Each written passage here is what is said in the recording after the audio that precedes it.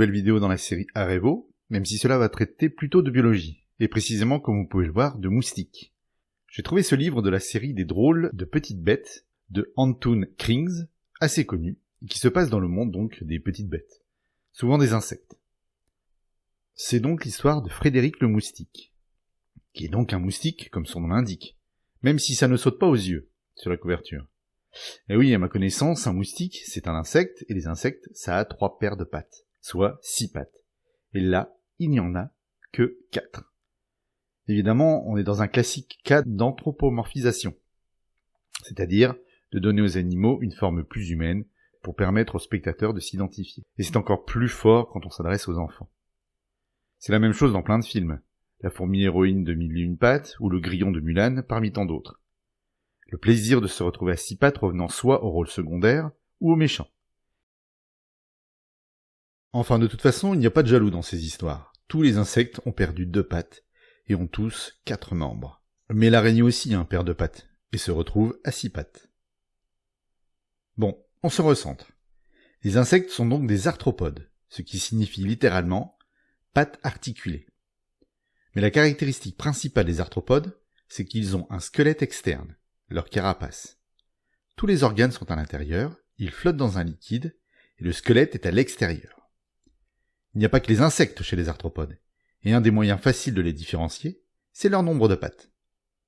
Donc on part de nos insectes, on le répète assez, à 6 pattes, et puis on peut ajouter des pattes. On a 8 pattes pour les chélicérates, où on va trouver les araignées, les acariens et les scorpions. Attention, le scorpion a bien 8 pattes, plus les pinces, qui sont en fait des pièces de la bouche, transformées en pinces.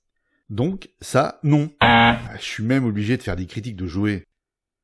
Puis, viennent les arthropodes à 10 pattes, que sont les crustacés décapodes, comme l'écrevisse ou le crabe. Mais cette fois, les pinces du crabe sont bien des pattes. Mais les crustacés peuvent aussi avoir beaucoup plus de pattes. Et enfin, arrivent les myriapodes. Myriade qui veut dire une multitude. Les 1000 pattes donc. Même si en fait, l'espèce qui possède le plus de pattes n'en a que 752. Ok, ça c'est réglé.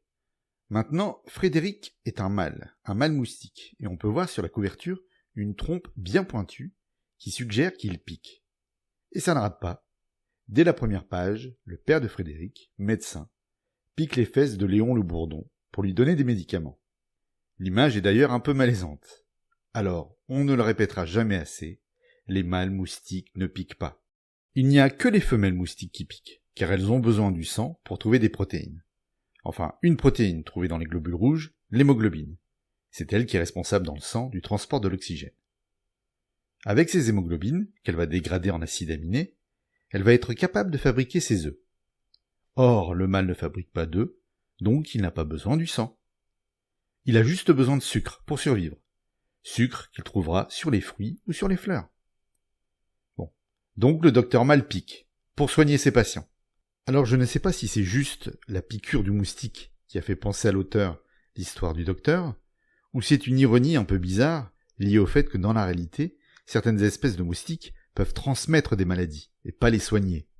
La malaria, le chikungunya, la dengue ou le Zika sont des maladies les plus connues transmises par certains moustiques. Alors, comment se passe la transmission d'une maladie ? Voilà un vaisseau sanguin. Le voilà avec des globules rouges contenant l'hémoglobine.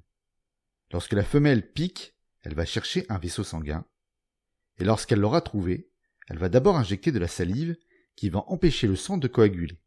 Le sang reste liquide, et elle peut ainsi aspirer le sang.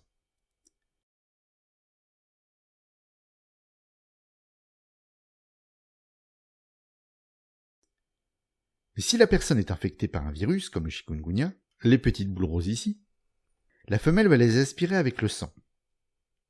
Les virus vont se retrouver dans l'estomac du moustique, où ils se multiplient.